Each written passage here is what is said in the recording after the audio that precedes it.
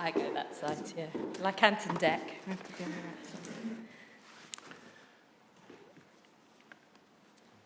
Shavuot is one of the occasions during the year in which our morning service might contain Yizkor, a memorial service. We might join together in what is known as Hazkarat Neshamot, remembering the souls. That we do so is tied up with our communal memory of acts of violence.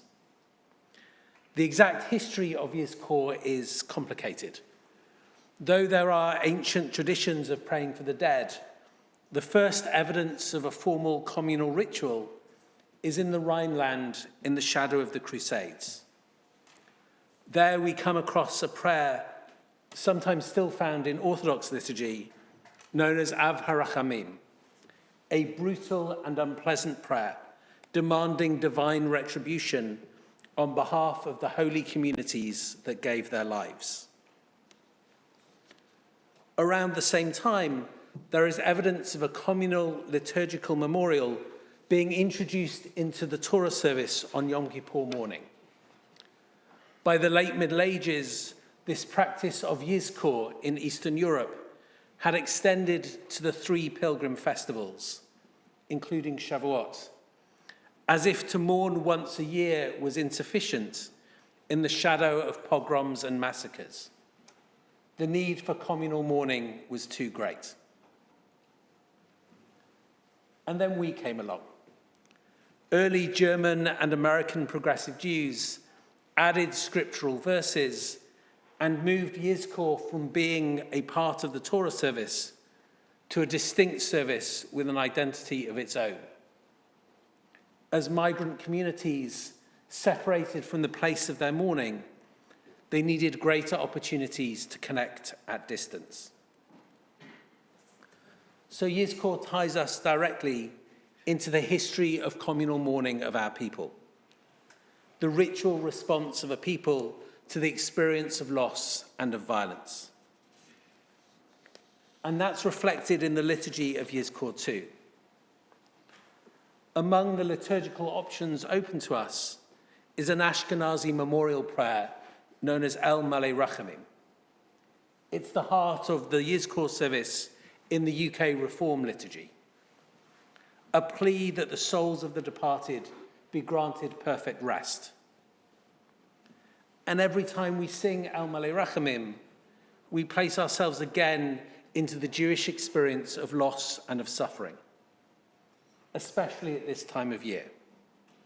The earliest versions of El Malei Rachamim have their roots in the Chmielnicki massacres beginning in 1648, which were especially commemorated in this month of Sivan. El Malei Rachamim would often be accompanied by a liturgical chronicle outlining the events of the pogroms, raw, brutal accounts, painful calling on God from the anger of Jewish experience. And a phrase from El Malei Rachamim is in the memorial prayer in Siddur Lev Chadash as well. May their souls be bound up in the bond of eternal life. And this verse in itself is interesting. It is originally a quote from the book of Samuel in which Abigail meets a fleeing future King David. If anyone sets out to seek your life, she tells him, the life of my Lord will be bound up in the bundle of life in the care of God. And then the verse continues, and may God fling away the lives of your enemies as from the hollow of a sling. The text, just that quote, therefore speaks, and at the same time does not speak, of pain and of anger, and of the desire for divine retribution in the face of violence. So we no longer refer directly in our Yizkor to our communal anger or our need for retribution and vengeance, but the echoes of these remain in our services. Indeed, not just in our liturgy, but perhaps in our very being as Jews. As Jonathan Safran Foer, in his book Everything is Illuminated, writes, touch, taste, sight, smell, hearing, memory. For Jews, memory is no less primary than the prick of a pin, or its silver glimmer, or the taste of the blood it pulls from the finger. The Jew is pricked by a pin and remembers other pins. It is only by tracing the pinprick back to other pinpricks, when his mother tried to fix his sleeve while his arm was still in it, when his grandfather's fingers fell asleep while stroking his great-grandfather's damp forehead, when Abraham tested the knife point to be sure Isaac would feel no pain, that the Jew is able to know why it hurts. When a Jew encounters a pin, they ask, what does it remember like? In Hebrew, the root for the word for memory, zachor, is the same for the individual act of remembering and for the word for memorial. The memorials we create inspire our memories. Memory for Jews is not a singular responsibility. The imperative is for an entire people. And as Yael Zubravel says in her book on collective memory, the experience is a mutual one. We remember to keep the past alive, those who went before us and for whose memory we are now responsible. But in turn, this act of memorial helps us to establish our own identity as a group. It keeps us alive. Memory is pointless unless it helps us to reconnect to what being a Jew is in the present and provide us with what it means to create a future tense for the generations that follow. In other words, the responsibility of Jewish memory in the present is to radically interpret the past, whether that be as the temple was destroyed and reborn in the synagogues or as prayer, or whether that is for us in this moment, entering Shavuot, post-October the 7th.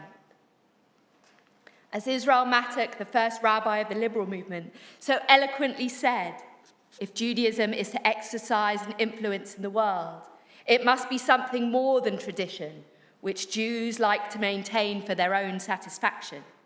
It must be a message for the world. It must address itself to the problems that agitate our world. We have just returned from Israel, spending time with our progressive colleagues. We were inspired by the profound sense of their commitment not just to remember their dead, not only to lead funerals and eulogize their friends and communities, but to ensure that their memories, their aspirations for an Israel that did justice to the aims of its founders, and more importantly, one that does justice for their children and the generations that follow, is recommitted to. They are rebuilding communities.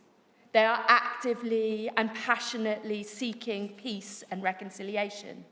They are tirelessly reinventing ritual and tradition to speak into the moment and support people to grieve, but also to inspire. As progressive Jews in this moment, we have to ask what act of memorial will establish our identity as a movement. Our voices and their stories have the power to shape our future, to ensure that our communal grief and memory is not one of vengeance, but one of the potential for reinvention and renewal, and that we owe them a commitment to re-remember that the way we best honour those we have lost is through living the lives they would want us to live. Sameach.